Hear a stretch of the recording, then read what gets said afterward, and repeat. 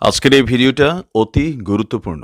দেখা মাত্র প্রত্যেকটা বাংলাদেশী নাগরিক এটা ভিডিওটা শেয়ার করে দিবেন, কারণ আমি যে তথ্যগুলো দিচ্ছি। কথায় আছে কারুর পৌষ মাস তো কারুর সর্বনাশ।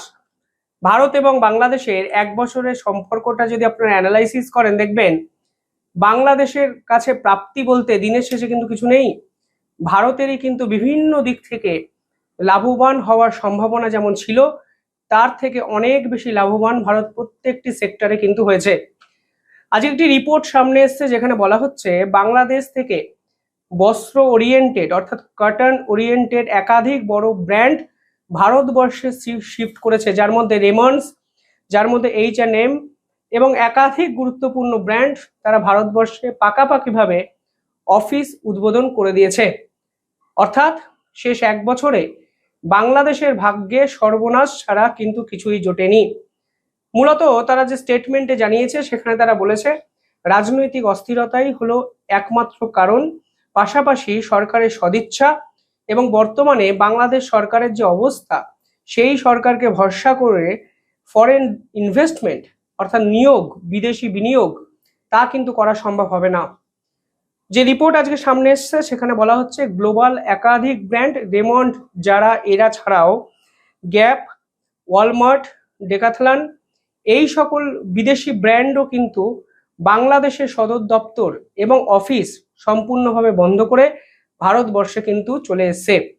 ভারত সরকার এই পুরো বিষয়টিকে অত্যন্ত গুরুত্ব সহকারে বিবেচনা করছে, কারণ আপনারা জানেন ডোনাল্ড ট্রাম্পের সঙ্গে ট্যারিফ ওয়ার চলার পর ভারতের টেক্সটাইল ইন্ডাস্ট্রি কিন্তু সকলের আগে ধাক্কা খেয়েছিল। কিন্তু বাংলাদেশের বর্তমানে অবস্থা, এই ভারতের টেক্সটাইল ইন্ডাস্ট্রি যা ক্ষতিগ্রস্ত হয়েছে সেই ক্ষতির উপরে একটু প্রলেপ লাগাতে পারে বলে ভারতের বিশেষজ্ঞরা মনে করছেন। 2023 সালে বাংলাদেশে টোটাল ম্যানুফ্যাকচারিং কটন ভ্যালু ছিল 97.73 বিলিয়ন ডলার।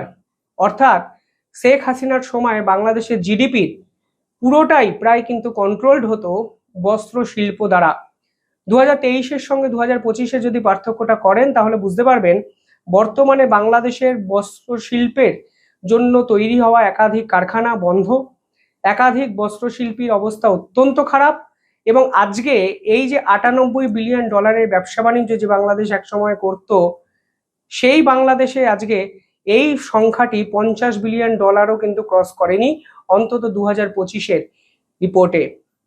সেখানে বলা হচ্ছে ভারতের টার্গেট হলো এই মার্কেটটাকে সম্পূর্ণভাবে অধিগ্রহণ করা।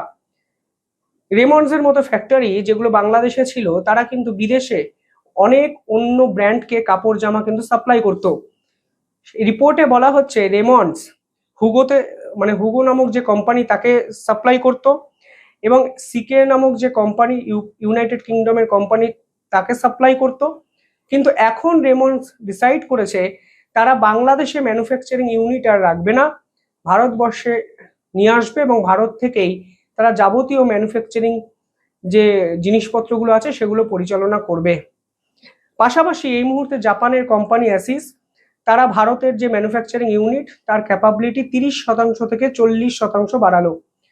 অর্থাৎ প্রত্যেকটি পদক্ষেপে ভারত সরকার কিন্তু বাংলাদেশের এই সর্বনাশটাকে কাজে লাগানোর চেষ্টা করেছে, এবং ভারত সরকার একটা জিনিস তো বুঝে গেছে যে মোহাম্মদ ইউনূস সরকারকে কোনোভাবে কোনটা ঠিক কোনটা ভুল বোঝানোর জায়গায় ভারত নেই, এবং ভারত এই সরকারের সঙ্গে সম্পর্ক মেনটেন করেনি। শেষ এক বছরে এমন কোনো চুক্তি হয়নি যা কিন্তু ভারত বাংলাদেশের সম্পর্কর মোড় ঘোরাতে পারে, এবং আমার দৃঢ় বিশ্বাস আগামী 3 মাসের মধ্যেও সেই সম্ভাবনা নেই। ফলে বাংলাদেশের এই যে পার্টিকুলার গ্যাপটা, ক্ষতিটা, যেটা ভারতের জন্য নয়, কিন্তু এই ক্ষতিটাকে কিন্তু কাজে লাগানোর চেষ্টা করেছে ভারত সরকার, যা কিন্তু আজকে তথ্যতে পরিষ্কার। 2025-26 সাল অর্থাৎ এবছরে ইতিমধ্যেই 60 বিলিয়ন ডলারের কাপড় কিন্তু ভারত এক্সপোর্ট করেছে। অর্থাৎ একটা জিনিস বোঝার চেষ্টা করুন, সংখ্যাগুলো এখানে ইম্পর্টেন্ট, তার জন্য আমি আপনাদের সংখ্যাগুলো বলছি।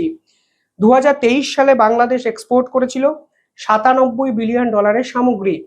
2025-এ এসে সেই সংখ্যাটি প্রায় হাফ হতে শুরু করে, এবং বর্তমান অবস্থা আরো খারাপ, বলার মতো নয়। বাংলাদেশের এই মার্কেটটা সম্পূর্ণভাবে বদলে গেছে ভারতীয় মার্কেটে। ভারত কিন্তু এবছর অলরেডি 65 বিলিয়ন ডলারের সামগ্রী এক্সপোর্ট করে দিয়েছে, এবং সামনে ক্রিসমাস আসছে, নিউ ইয়ার আসছে, আমেরিকা ছাড়াও যে বিশ্বের বিভিন্ন দেশ তারা অলরেডি ভারত থেকে কিন্তু কাপড় জামা অর্ডার দিতে শুরু করেছে। যদি সামগ্রিক এই হিসাবটা দেখেন, দেখবেন ভারত 2030 সালের মধ্যে চাইছে $350 বিলিয়ন কাপড় জামার ব্যবসা বাণিজ্যে একটা মার্কেট তৈরি করতে, যা 2022-এ ছিল $165 বিলিয়ন। অর্থাৎ আগামী 5 বছরে ভারত এটাকে ডবল করতে চাইছে, যা কিন্তু ভেরি মাচ পসিবল। অন্তত বর্তমানে ডোনাল্ড ট্রাম্প যেভাবে ট্যারিফ খেলা খেলছেন তার মধ্যেই পসিবল, কারণ ভারত ইউরোপীয় ইউনিয়নের সঙ্গে ফ্রি ট্রেড এগ্রিমেন্ট প্রায় করে ফেলছে, ব্রিটেনের সঙ্গে ফ্রি ট্রেড এগ্রিমেন্ট অলরেডি হয়ে গেছে। ফলে এই যে দুটো পশ্চিমী মার্কেট, ইউরোপীয় ইউনিয়ন মানে 27টা দেশ, এটা মাথায় রাখবেন, 27টা দেশ এবং ব্রিটেন যদি আমরা ধরেও নিই, তাহলেও কিন্তু ভারতবর্ষ বাংলাদেশকে এখানে 100% টক্কর দিয়েছে। পাশাপাশি কালকে বাংলাদেশের ঢাকা ইউনিভার্সিটির যে নির্বাচন হয়েছিল সেই নির্বাচনে জয়লাভ করে জামাত, যা কিন্তু ভারতের ক্ষেত্রে অত্যন্ত অশনি সংকেত। কেন অশনি সংকেত? কারণ এই জামাতিরা যেটা বিশ্বাস করে সেই বিশ্বাসের সঙ্গে ভারতের বিশ্বাস, ভবিষ্যৎ সম্ভাবনা, দূরদর্শিতা কিছুই কিন্তু মেলে না। শশী থারুর আজকে একটা ইন্টারভিউ দিয়েছেন, আমি দেখছিলাম, সেখানে তিনি পরিষ্কার বলেছেন ঢাকা ইউনিভার্সিটির মতো মুক্ত প্রাঙ্গণে জামাতিদের এই ধরনের জয়লাভ ভারতের ক্ষেত্রেও কিন্তু কনসার্নিং। ভারতের প্রাক্তন ডিপ্লোম্যাট তিনি পরিষ্কার বলেছেন এই জামাতিদের উত্থান বাংলাদেশের এই যে বর্তমান পরিস্থিতি তা কিন্তু সরাসরি ভারতের উপর ইম্প্যাক্টফুল হবে। জামাতের কনস্টিটিউশন কি, জামাত কি করতে চায়, জামাত কোন পথে চলবে, তা তো অনেক পরের কথা। কিন্তু আজকের দিনে দাঁড়িয়ে এটা তো বাস্তব, এই জামাতিরা 1971-এর মুক্তিযুদ্ধের সময় পাকিস্তানকে সাপোর্ট করেছিল। ফলে এই জামাতিদের রক্তের অন্ধে ভারত বিরোধিতা, যদিও ওপার থেকে বসে ভারতের কিছু ক্ষতি তারা করতে পারবে না, কিন্তু দিনের পর দিন ভারতকে অশান্ত করার ছক এই জামাতিরা করেছেন। 7 সিস্টার্সকে দখল করার ইচ্ছা প্রকাশ এই জামাতিরা করেছেন।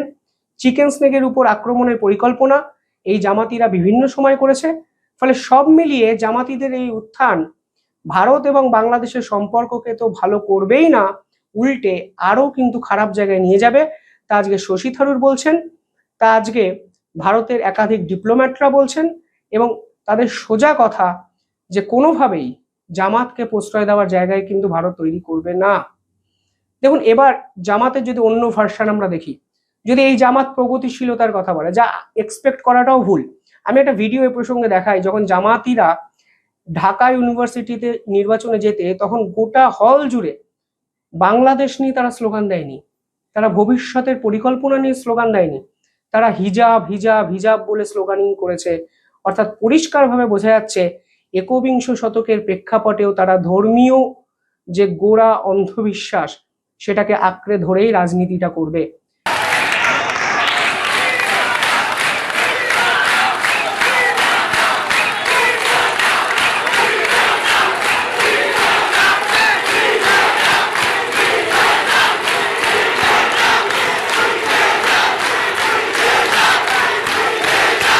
ঢাকা ইউনিভার্সিটির মতো মুক্ত ক্ষেত্রে, মুক্ত প্রাঙ্গণে নারী স্বাধীনতার হয়ে যে ইউনিভার্সিটি একসময় লড়াই করেছে বলে জানা যায়, সেই ইউনিভার্সিটিতে বসে নারীদের হিজাব পরিয়ে রাখবো এবং আমি বাংলাদেশকে নতুনভাবে সাজাবো, এই দুটো কথা কিন্তু একে অপরের পরিপূরক হতে পারে না।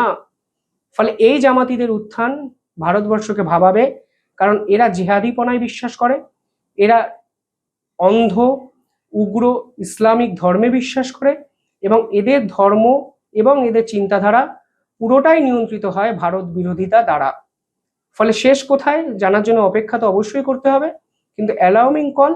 তবে এই সর্বনাশের মধ্যেও ভারতের ক্ষেত্রে পৌষ মাস কিন্তু জারা, রেমন্ডের মতো ব্র্যান্ড ভারতের দিকে শিফট হয়ে আসা। কিভাবে দেখছেন আপনারা পুরো বিষয়টি কমেন্টে জানাবেন।